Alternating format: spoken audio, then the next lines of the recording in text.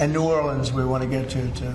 Your FBI is investigating the potential role of left-wing organizations in the assassination. I'm wondering if you think if Charlie Kirk's assassin worked alone or if he worked with you. I don't know. I mean, I can tell you he didn't work alone on the internet, because it seems that he became radicalized on the internet. That's just by watching same things that you're watching and hearing. It looks like he became radicalized over the internet. And it seems like he has wonderful parents, brought in a wonderful neighborhood, smart guy, great boards, great marks, great student. And then something happened to him over a fairly short period of time. It looks like he was radicalized over the internet, and it's radicalized on the left. He's a left. I have a lot of problems with the left, and they get protected, and they shouldn't be protected. But as you understand, I think, very well from the tone of your question. Thank you very much. On Venezuela, sir, and on Israel. First on Venezuela, what can you tell us about this Venezuelan boat that was taken out? And do you plan to provide proof that these were narco-terrorists who were on their way to the U.S.? Well, we have proof. All you have to do is look at the cargo that was, like, it's spattered all over the ocean. Big bags of cocaine and fentanyl all over the place. And it was, plus we have recorded evidence that they were leaving. We've recorded them. It was very careful because we know you people would be after us. We're very careful. The military has been amazing. And General Kane showed me a little while ago the clip, but you can actually see it. But you don't have to see it because we have recorded proof and evidence. We know what time they were leaving, when they were leaving, what they had, and all of the other things that you'd like to have. But we have noticed that there are no ships in the ocean anymore. We're seeing that there's like no ships, no, you know, when the first one we went, there were hundreds of boats. Now there are no boats. I wonder why. Meaning no drugs are coming across, probably stopping some fishermen too. I mean, to be honest, if I were a fisherman, I wouldn't want to go fishing. Just a nice, let's take a little trip, because I'd say, man, if maybe they think I have drugs downstairs. I don't want that. I think the fishing business probably been hurt, but no, there are literally no boats. This was a boat, and we were surprised to see it. Now, what does that mean? That means there's no drugs coming by sea, but they do come by land. And you know what? We're telling the cartels right now, we're going to be stopping them too. When they come by land, we're going to be stopping them the same way we stop the boats. And you'll see that.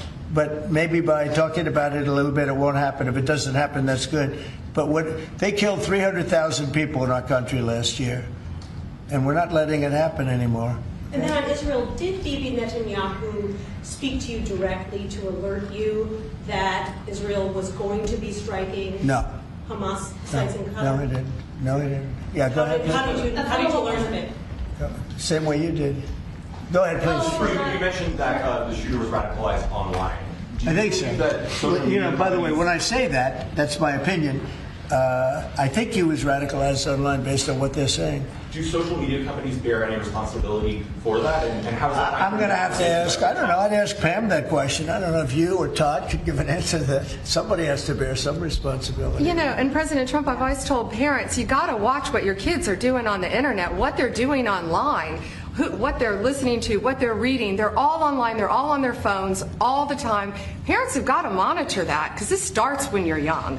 This starts when you're young, when you listen to these groups, when you watch these shows, and parents have got to just be vigilant. So sure, that's part of it, and they're meeting kids online who they think are kids, and they can be anywhere in the world and talking to them, and yeah, they are being radicalized. Mr. President, he went bad, and he just went bad very quickly in a sense, because he sort of led a very normal life, a life of, great education, schools, everything else, but somewhere along the line, something happened. Yeah, please. Thank you, Mr. President. How will you send the National Guard into Chicago without cooperation of the governor and the mayor? Well, if they do cooperate, that's good. If they don't, it's not going to matter to us at all. You know who wants to help us? Police department. They have no respect for the governor.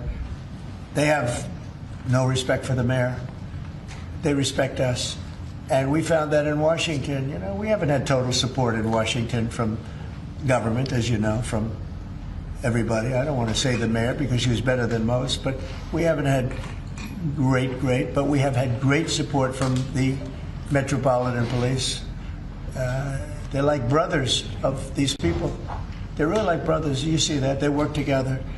And so if the governor wants to support, as I said to Bill, it's going to be his proudest moment, what he's going to do, the governor of Tennessee, what's going to happen with Memphis. In 3-4 weeks, we'll stand together and we'll say, look at this. The crime has almost disappeared, maybe completely disappeared.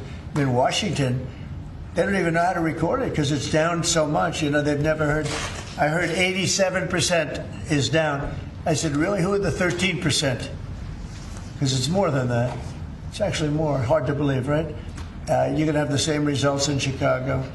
And we hope we have the governor's help, but if we don't, we're doing it without.